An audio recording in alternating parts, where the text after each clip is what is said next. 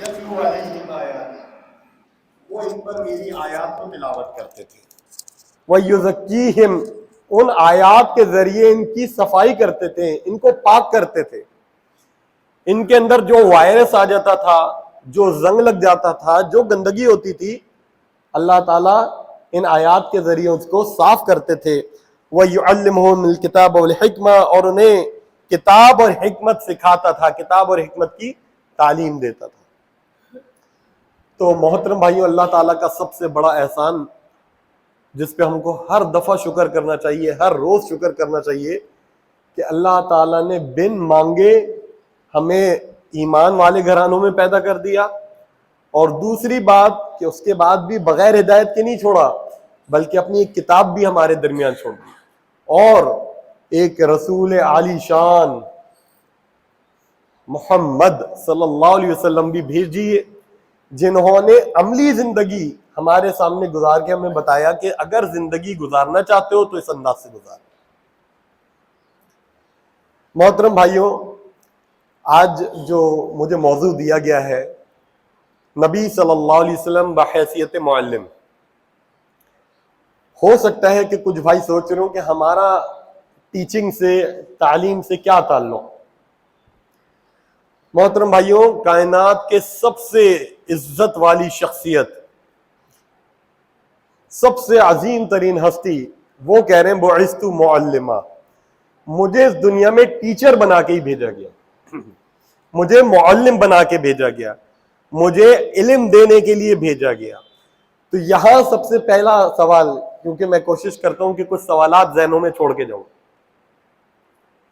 پہلا سوال تو یہ ہے، کیا ہم سب جتنے بیٹھے ہیں، ہم سب بچوں کو جب پڑھاتے ہیں تو کیا ہمارے ذہنوں میں یہ ہوتا ہے کہ یہ بڑے ہو کے ٹیچر بنے گا؟ لڑکا جس کے پیدا ہونے پہ بڑی خوشیاں ہوتی ہیں، جس سے ہم مضبوط ہوتے ہیں، جس سے نسل چلتی ہے، کیا ہم میں سے کوئی سوچتا ہے کہ میں بڑے ہو کے اپنے بچے کو ٹیچر بناؤں گا؟ بھری ہوئی کلاسیں ہوں، وہاں جا کے بچوں سے سوال کریں، 9 10 ہے، فرسٹ ایئر سیکنڈ ایئر ہے، بچوں کیا بننا چاہو گے بڑے ہو کے؟ کیا لڑکوں میں سے کوئی ایک بھی کہے گا میں ٹیچر بننا چاہوں گا؟ کوئی انجینئر بن رہا ہے، کوئی ڈاکٹر بن رہا ہے، کوئی پائلٹ بن رہا ہے، کوئی آرمی میں جا رہا ہے، کوئی فلاں کام کر رہا ہے، کوئی بزنس مین بن رہا ہے۔ اور نبی صلی اللہ علیہ وسلم کہہ رہے ہیں بعثت معلما، مجھے ٹیچر بنا کے بھیجا گیا۔ تو بھائیوں کے ذہن میں پہلی بات تو یہ ڈالنی تھی کہ آج جتنے بھی ٹیچر ہمیں ملے، ان میں سے کتنے ایسے ہیں جو بائی چوائس اپنی مرضی سے بچپن سے ٹارگٹ بنا کر ٹیچر بنے؟ اور اگر ہمیں یہ نظر نہیں آتا تو پھر اس بات پہ ہم پریشان کیوں ہوتے ہیں کہ معاشرے میں کیا ہو رہا ہے؟ ہماری بچے کرپٹ بچے نکل رہے ہیں، ہماری بچے موبائل اسنیچرز ہیں، ہماری بچے ہیں جو اس معاشرے میں گند پھیلا رہے ہیں، ہماری بچے ہیں جو دکانوں پر بیٹھ کے ہمیں دھوکہ دے رہے ہیں، اور ہم کہتے ہیں یار بچوں کی تربیت نہیں ہو پا رہی۔ گھروں میں کیا ہو رہا ہے وہ ایک الگ معاملہ، مگر ہم نے معاشرے میں ٹیچرز کیسے چھوڑے ہوئے ہیں کہ جہاں پہ کوئی تربیت نہیں ہو پا رہی۔ جن حکمرانوں کو برا بھلا کہتے ہیں نا دن رات ہم لوگ، ویسے ہماری بھی بڑی اچھی ایک تھیوری بنی ہوئی ہے، جو بھی آئے گا اس کو ہی برا بھلا کہتے ہیں،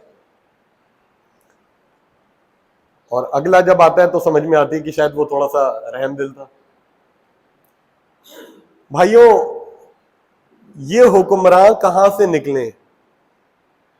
یہ جو ہماری گریجویٹ اسمبلیز ہیں، آپ کو پتہ ہے نا اسمبلی میں کوئی بھی گریجویشن سے نیچے وہ الیکٹ نہیں ہو سکتا، آپ کو گریجویشن کرنی پڑے گی۔ اس گریجویشن نے کیا فرق ڈالا، یا اس گریجویٹ اسمبلی نے ملک کو کتنا فائدہ دیا؟ آج بھی اگر میں سوال پوچھوں کہ اس ملک کو لوٹنے والے، کھانے والے جاہل زیادہ ہیں یا پڑھے لکھے زیادہ ہیں، کیا کہیں گے؟ کیا کہتے؟ ہماری گریجویٹ اسمبلی ملک کھا گئی۔ پڑھے لکھوں کو وہ داؤ آتے ہیں جو بیچارے ریڑی والے کو نہیں آتے۔ ریڑی والا 100 روپے کا آپ کو چونا لگائے گا اور پولیٹیشین آپ کو 100 ارب کا چونا لگائے گا۔ تو پہلی بات جب ہم نے ٹیچنگ کے پروفیشن کی طرف دھیان نہیں دیا، اپنے بچوں کو اس کے لیے تیار نہیں کیا، جس ٹیچر کو ہم آئیڈیل ٹیچر کہتے ہیں وہ آئیڈیل ٹیچر ہم نے معاشرے کو نہیں دیے، تو آئیڈیل شاگرد کہاں سے آئیں گے، آئیڈیل عوام کہاں سے پیدا ہوگی؟ پہلی بات اس بات کی طرف احساس دلانا. اور محترم بھائیوں، پھر دوسری بات کہ ہم سب کو یہ سمجھ لینا چاہیے کہ ہم میں سے کوئی ایک بھی ایسا نہیں ہے جو ٹیچر نہ ہو. ابھی تو میں پروفیشن کی بات کر رہا تھا نا، مگر نبی صلی اللہ علیہ وسلم نے اور قرآن پاک نے ڈیوٹی یہ دی ہے کہ ہم میں سے ہر بندہ جو ہے وہ معلم ہونا چاہیے. آپ اگر کہیں پہ ریڑھی لگا رہے ہیں، آپ کوئی دکاندار ہیں، آپ کوئی فیکٹری اونر ہیں، آپ پائلٹ ہیں، آپ انجینئر ہیں، آپ کچھ بھی ہیں، آپ کے اوپر فرض ہے کہ آپ ساتھ میں ایک معلم بھی ہوں. غلط تو نہیں کہہ رہا میں؟ نبی صلی اللہ علیہ وسلم یہ ڈیوٹی دے کے گئے یا نہیں دے کے گئے؟ انبیاء کا سلسلہ ختم ہو چکا ہے. اب کیا کام کرنا ہے؟ یہ کام میں نے اور آپ نے کرنا ہے. ہم اپنے گھر والوں کے لیے معلم ہونے چاہیے یا نہیں ہونے چاہیے؟ پیارے نبی صلی اللہ علیہ وسلم کو دیکھیے، صحابہ کرام کو دیکھیے، آپ کو نظر آئے گا گھروں میں وہ معلم تھے. اور کون سے معلم تھے؟ وہ والا معلم نہیں جو آج جیسی ٹیچر بولتے ہیں ہمارے ذہن میں ایک نقشہ آتا ہے. وہ ٹیچر جس سے چھوٹا بچہ ڈرتا ہے، اسکول نہیں جاؤں گا، ٹیچر سخت ہیں.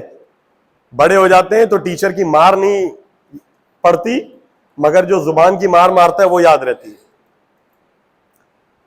تو محترم بھائیوں، پہلا سوال جیسے ہم میں سے کتنے ہیں جو اس معاشرے کو اچھے ٹیچر پرووائڈ کر رہے ہیں، اور دوسرا سوال یہ کہ ہمیں یہ پتہ ہونا چاہیے کہ ہم بھی ایک بہترین معلم ہیں اور ہمیں ہونا چاہیے. یہ ڈیوٹی میرے رب نے مجھے لگائی. پیارے نبی صلی اللہ علیہ وسلم گھر میں ہیں، وہاں معلم ہے. آپ بازار میں ہیں، آپ وہاں پہ معلم ہیں. آپ مسجد میں ہیں، وہاں پہ معلم ہیں. آپ جنگ کے میدان میں کمانڈر ان چیف ہیں، تب بھی آپ معلم ہیں. ساتھیوں، کسی بغیر اسلحے والے پہ حملہ نہیں کرنا، عورت بچوں پہ حملہ نہیں کرنا، درخت نہیں کاٹنا. نبی صلی اللہ علیہ وسلم وہاں پہ بھی تعلیم دے رہے ہیں. تو ایک مومن اس وقت تک مومن بن نہیں سکتا جب تک کہ وہ معلم نہ ہو. اگر اس معاشرے میں میری حیثیت یہ رہ گئی ہے کہ یار نہیں، لوگوں کو کہتے ہیں تو لوگ برا مان جاتے ہیں، خاموشی سے اپنی زندگی گزارو، تو محترم بھائیوں یہ بھی ایک انتہا ہے. اور ایک انتہا یہ بھی ہے کہ میں ہر وقت معلم بنا ہوں اور معلمی کے کیا اصول ہیں اس کو جانے بغیر میں تعلیم دے رہا ہوں. یہ بھی دونوں غلط. وہ ہمارے ایک بازارو لفظ مشہور ہے نا کہ کوئی دیکھتے ہی کہے کہ بھائی پکانے آ گیا. تو کہیں آپ کے تعلیم دینے سے یہ معاملہ نہ ہو کہ دوسرا یہ جملہ آپ کو کہے. محترم بھائیوں، کائنات کی سب سے عظیم و شان شخصیت، سب سے حسین ترین شخصیت، سب سے کامل اخلاق والی شخصیت محمد الرسول اللہ صلی اللہ علیہ وسلم معلم تھے. اب یہاں پہ دو باتیں ہیں کہ پیارے نبی صلی اللہ علیہ وسلم نے تعلیم کیسی دی اور کیسے دی، کون سی تعلیم دی اور کس انداز میں دی. پچھلے میرے خطبے میں جب میں یہ موجود تھا، کچھ بھائی موجود ہوں گے، میں نے کوشش کی تھی کہ آج کل کی سکولنگ کے حوالے سے کچھ بات رکھوں. آج محترم بھائیوں اس حوالے سے بات ہوگی کہ نبی صلی اللہ علیہ وسلم نے معلم کی جو بات کی ہے، تو وہ معلم کون ہے، وہ کون سی تعلیم دیتا ہے اور کس انداز میں وہ تعلیم دیتا ہے.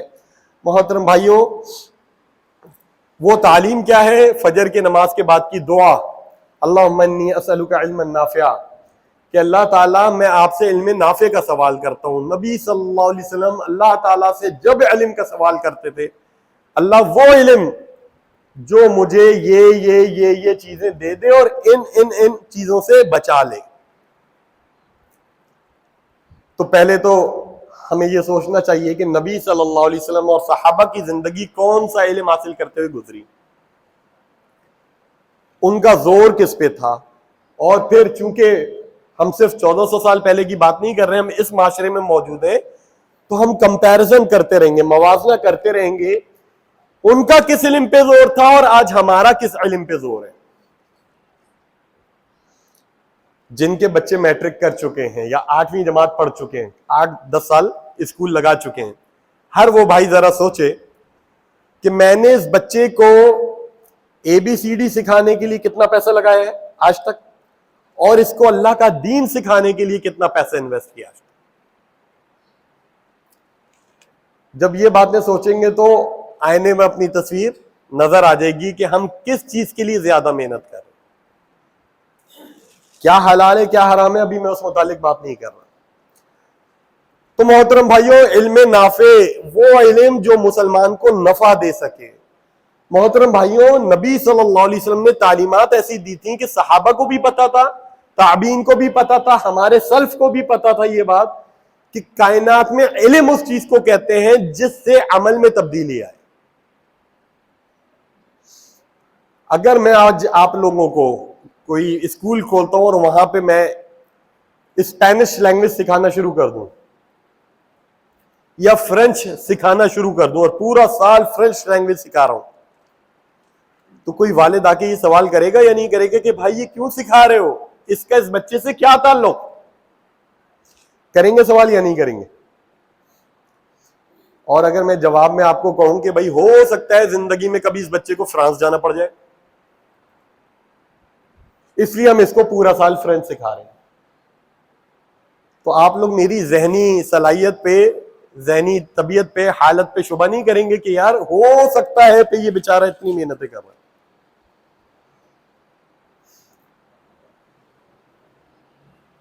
ہمارے بچے اس وقت 9, 10 فرسٹ ایئر سیکنڈ ایئر میں جو بھی کیمسٹری پڑھ رہے ہیں, کبھی کتاب اٹھائیے گا اور پوری کتابیں 4 سال کی کتابیں جس کے پیچھے آپ کی اچھی خاصی ایک انویسٹمنٹ ہے, آپ نے کوچنگ میں بھی پیسے دیے, اسکول میں بھی فیس دے رہے ہیں, بچوں کے نوٹس الگ ہیں, اس کے پریکٹیکل جرنلز الگ ہیں, اس کا فلاں لوازمات سارے الگ ہیں. اس کیمسٹری کی بک کو اٹھا کے دیکھیے گا, اس میں لکھا ہوا کوئی ایک جملہ بھی جو آپ کی زندگی سے تعلق رکھتا ہو, آپ کی زندگی میں کام آ سکتا ہو, چیک کیجیے.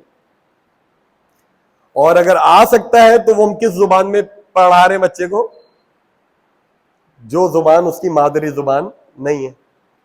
اس بچے نے رٹا ہے اس کو, اس بچے کو پتہ تھوڑی ہے کہ لکھا کیا ہے. ہم سب نے ایسا کیا یا نہیں کیا؟ 9th میں سندھی پڑھی ہے سب نے یا نہیں پڑھی؟ کیسے پڑھی تھی اور کیسے امتحان دیا تھا, یاد ہے کچھ؟ سندھی لینگویج وہ زبان جو بولنے اور سننے والی زبان تھی, اس کا پیپر لکھ کے دیا تھا ہم نے. اور جتنے بھی سال سندھی پڑھی تھی ہمیں سندھی بولنی, کسی کو 9th میں سندھی پڑھ کے سندھی بولنا آئی؟ کچھ اسکولوں میں 3 کلاس سے پڑھائی گئی, کچھ اسکولوں میں 6 کلاس سے پڑھائی گئی, کچھ میں 8, 9 میں پڑھائی گئی, ہمیں سندھی نہیں آئی. تو محترم بھائیوں, ہم اپنے بچوں کو جو علم دے رہے ہیں وہ ان کے لیے نافع علم ہے, نفع والا علم ہے, یا وہ ان کو نقصان دے رہا ہے, اس کو سوچنا چاہیے. علم نافع کی ایک بہت بڑی نشانی جس سے آپ آئیڈینٹیفائی کر لیں گے, کسی سے جا کے پوچھیں گے نہیں کہ یہ حاصل کروں یا یہ حاصل کروں, آپ خود ہی چیک کیجئے کیا یہ علم جو ہے یہ مجھے یہ بتا رہا ہے کہ میرا رب اللہ ہے, یا یہ علم مجھے بتا رہا ہے کہ میرا رب پیسہ ہے. اس وقت جس علم پہ ہم سب کا زور ہے وہ ہمارے بچوں کو پڑھا رہا ہے کہ آپ کا رب جو ہے وہ پیسہ ہے. اعتراض تو نہیں ہو رہا کسی کو یہ بات سن کے کہ نہیں جی ایسا علم تو نہیں ہے؟ دیکھیں پوری طالب علمی کی زندگی میں وہ بچہ نمبرز کے پیچھے بھاگتا ہے, نمبر اچھے مل جائے. یقین نہیں آ رہا؟ کراچی یونیورسٹی کی ان بچیوں سے جا کے پوچھیں جنہوں نے اپنے نمبرز کے عوض اپنی عزتیں بیچی ہیں, بہت معذرت کے ساتھ, بہت ڈرتے ڈرتے. یہ تو چونکہ کچھ موبائل کیمرے بھی آ گئے ہیں, کچھ چیزیں ریکارڈ بھی ہو جاتی ہیں, اس لیے یہ باتیں سامنے آ گئی, ورنہ یہ سلسلہ کب سے چل رہا ہے ہم نہیں جانتے. بھاولپور اسلامی یونیورسٹی, اس کے علاوہ کتنے چیزیں یہ سامنے ہمارے بالکل. مگر نمبروں کے پیچھے بھاگنا, کیوں نمبروں کے پیچھے کیوں بھاگ رہے ہو؟ کیونکہ نمبروں کی بنیاد پہ اچھی یونیورسٹی میں یا اچھے پروفیشن میں داخلہ ہوگا. کیوں؟ آخر میں پتہ چلے گا اینڈ پروڈکٹ یہ کہ اچھا پیسہ ملے گا. جب اچھی نوکری ہوگی تو اچھا پیسہ ملے گا. کراچی یونیورسٹی میں ایک جگہ پہ طلباء سے کچھ بات چیت چل رہی تھی. میں نے ان سے ایک سوال کیا کہ میرے بچوں کیوں آپ لوگ یہ پڑھنے آئے ہو؟ تو بچوں نے کہا کہ سر اس سے ہمارے علم میں اضافہ ہوگا, اس سے ہم باشعور شہری بنیں گے, اس سے یہ فائدہ ہوگا, اس سے یہ فائدہ ہوگا. میں نے کہا انشاءاللہ ہم کوشش کریں گے ایسے ہی پڑھیں جیسا آپ لوگ چاہ رہے ہیں, مگر میں ایک شرط لگا رہا ہوں, یہ سب کچھ ملے گا جو آپ لوگ چاہتے ہو, مگر اس کے آخر میں ڈگری نہیں ملے گی. تیار ہو؟ کیا کہنے لگے ہیں وہ لوگ؟ سر جی ڈگری نہیں تو ہم تو کل سے آئیں گے بھی نہیں. وہ ساری فلمی باتیں جو ہم نے کی, کتابی باتیں جو کی کہ اس سے ہم باشعور بنیں گے, اس سے یہ ہو جائے گا, اس سے وہ ہو جائے گا, یہ ساری باتیں ایک طرف, ہمیں ڈگری چاہیے. اس ڈگری کو بائی ہک اور بائی کروک کسی انداز سے بھی ملنا ہم نے لینا ہے. وہ علم نافع کی سب سے پہلی نشانی کہ یہ آپ کو بتائے گا کہ آپ کے تمام مسائل کا حل وہ اللہ رب العزت کی ذات میں ہے, پیسے میں نہیں ہے. آج دیندار ہو یا بے دین, سب کو یہ علم ہے کہ میرے مسائل کا حل پیسے میں, جتنا پیسہ ہوگا اتنے میرے مسائل کم ہوں. وقت کم ہے اس لیے صرف 2 مثالیں دوں گا اور آگے بڑھوں گا. اگر میرے پاس علم نافع ہوگا تو مجھے پیسوں کی ضرورت پڑے گی ضرور, مگر کم پڑے گی, اتنی ہی پڑے گی جتنی اس پیسے کی اوقات ہے. میرے مینٹور, میرے مربی سر سلمان آصف صدیقی صاحب, شاید آپ لوگوں نے نام سنو, ایک جگہ بات کر رہے تھے تو انہوں نے کہا کہ کوئی صاحب آئے اور کہنے لگے کہ سر آپ کو پتا ہے کہ آج کل پودینہ کتنا مہنگا ہو گیا. وہ پودینہ جو ویسی سبزی والا ہماری ٹوکری میں ڈال دیتا تھا 40 روپے کی گڈی مل رہی ہے.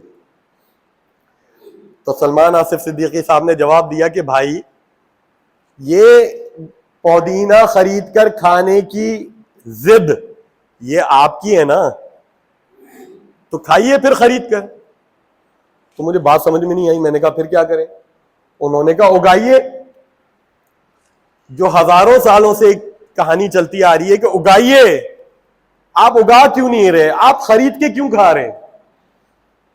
اس ایک جملے نے دماغ میں 100 سوال چھوڑ دیے, 100 بلب نئے آن ہو گئے کہ واقعی ہم نے اپنے اوپر یہ فرض کیوں کیا ہوا ہے کہ ہمیں بازار سے ہی چیز خرید کے کھانی.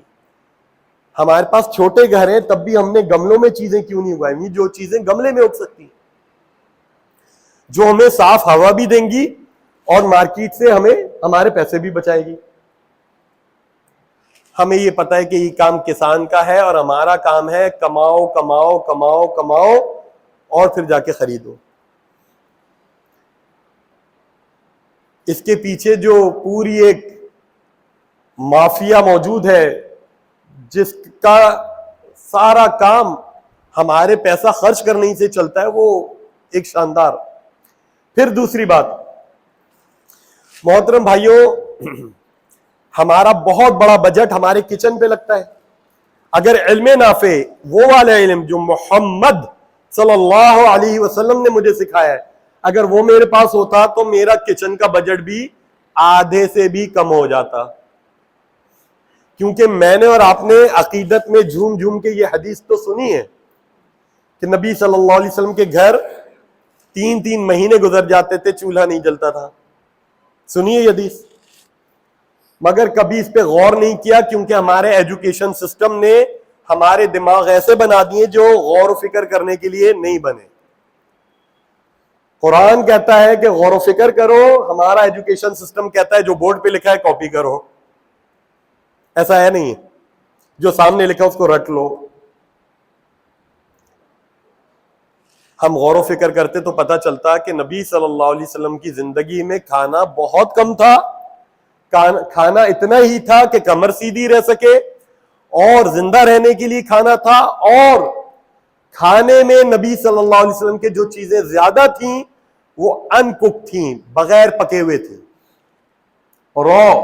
اس فارم میں تھیں جو اللہ تعالیٰ نے عطا کی. کھجوریں کھا رہے ہیں آپ, پورے ایک وقت کا کھانا نبی صلی اللہ علیہ وسلم کا کھجوروں سے ہو گیا.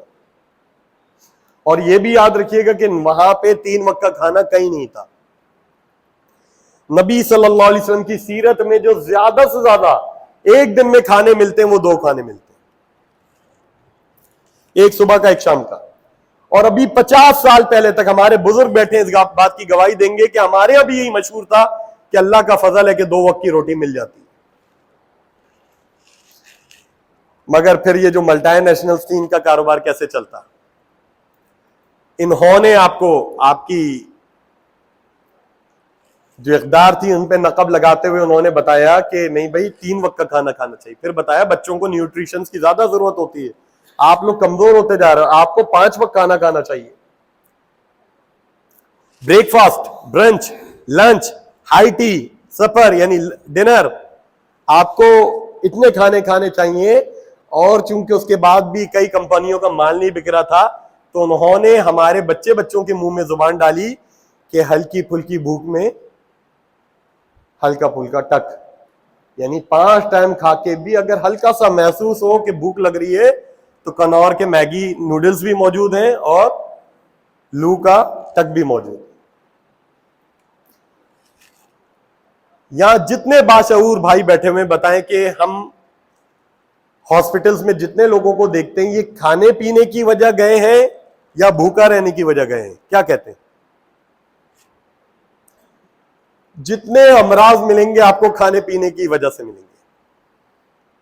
کھانا پینا غلط تھا, کھانا پینا زیادہ تھا, کھانے پینے میں وہ چیزیں کھا رہے ہیں جو نافع بدن نہیں ہے.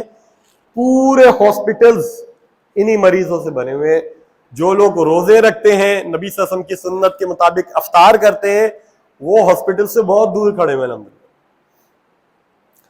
تو علم نافع مجھے یہ سکھائے گا کہ تمہیں کتنا کھانا ہے اور کیا کھانا ہے. میرے ہاں ہمارے فیشن بن گیا ہے بچہ گھر میں کریلے بنے. میرا بچہ کھائے گا کریلے؟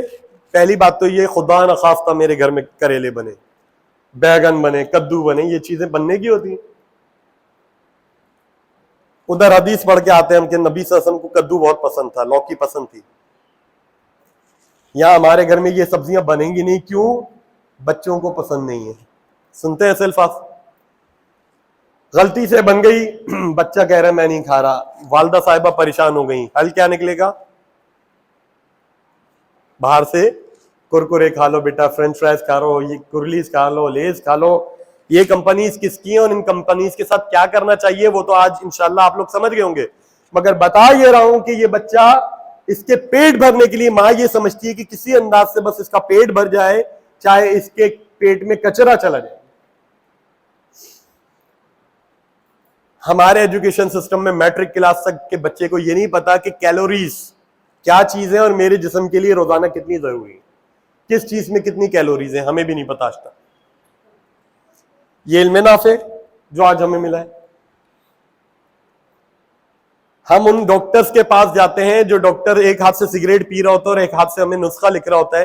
ہمیں حیرت نہیں ہوتی, یہی کام آج سے صرف 100 سال پہلے بھی ہوتا تو لوگ اس ڈاکٹر کے پاس جانے کا سوچتے بھی نہیں کہ جو اپنی صحت کے ساتھ خود کھلواڑ کر رہا ہے.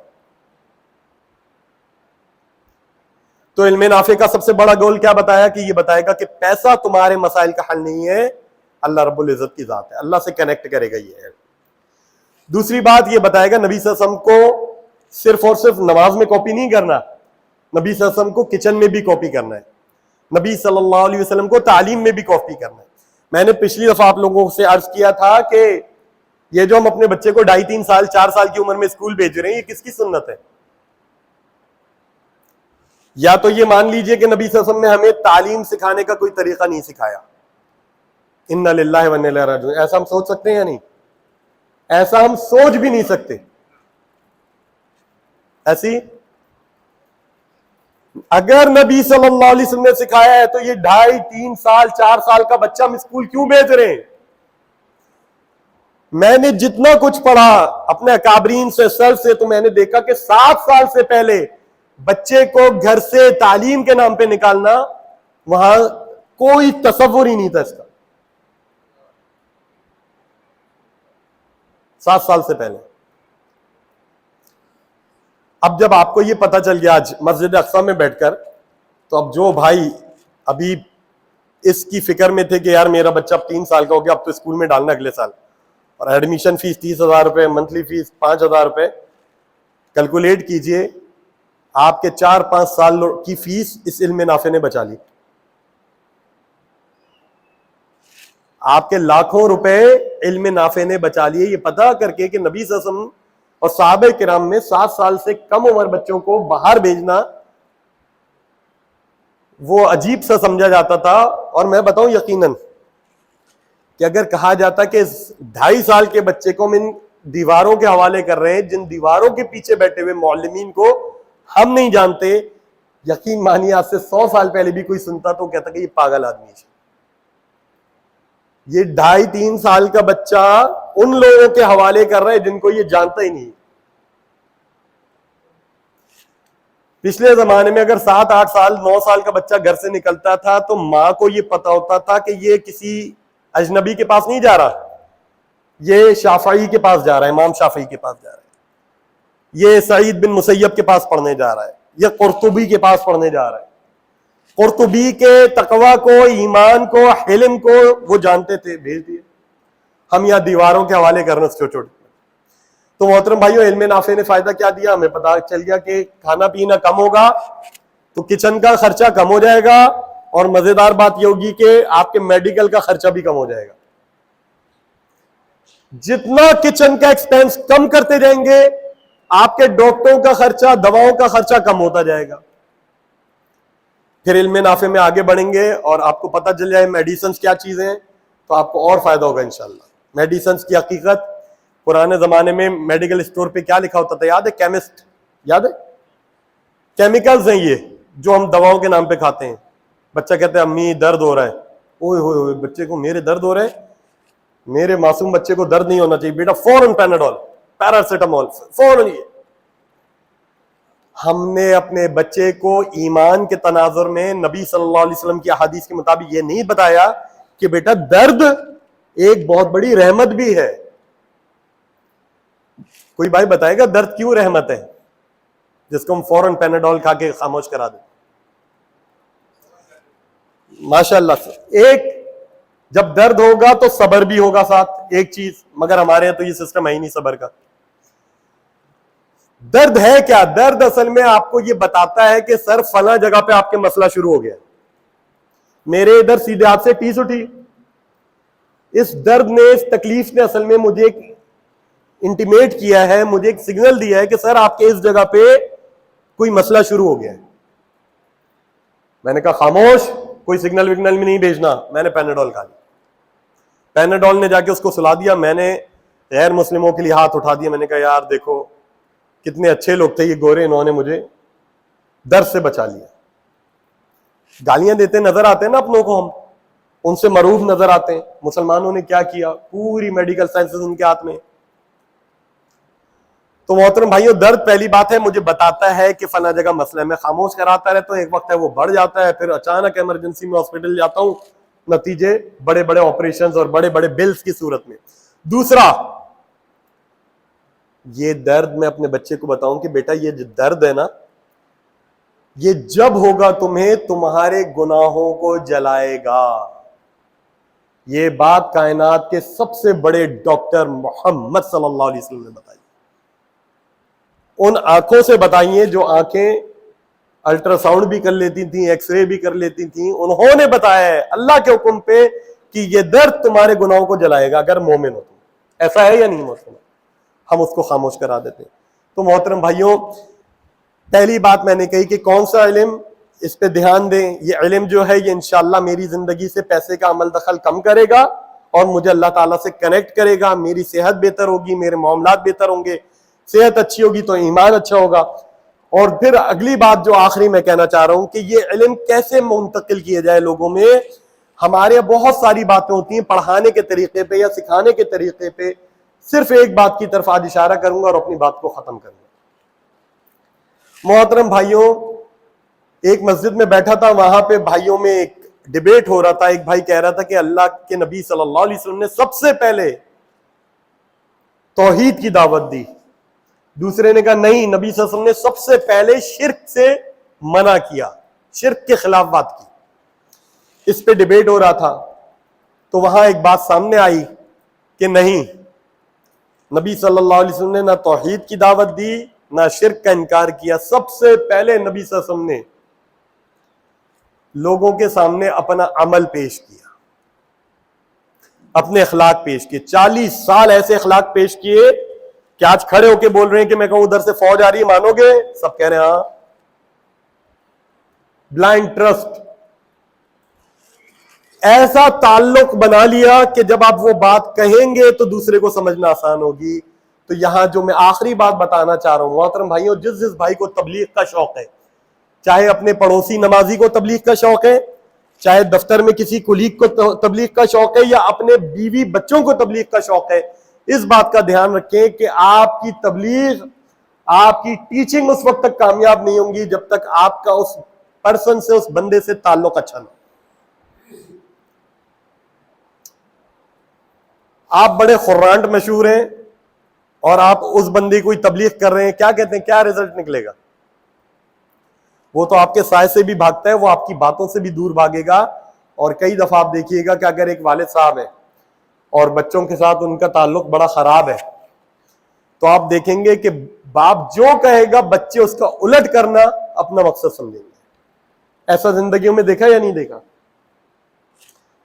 جس بندے سے ہماری ٹسل ہے, جس کو ہم برا سمجھتے ہیں, جس سے ہم نفرت کرتے ہیں, جس سے ہمیں دلی لگاؤ نہیں ہے, اس کی باتیں بھی ہمیں سمجھ نہیں آتی.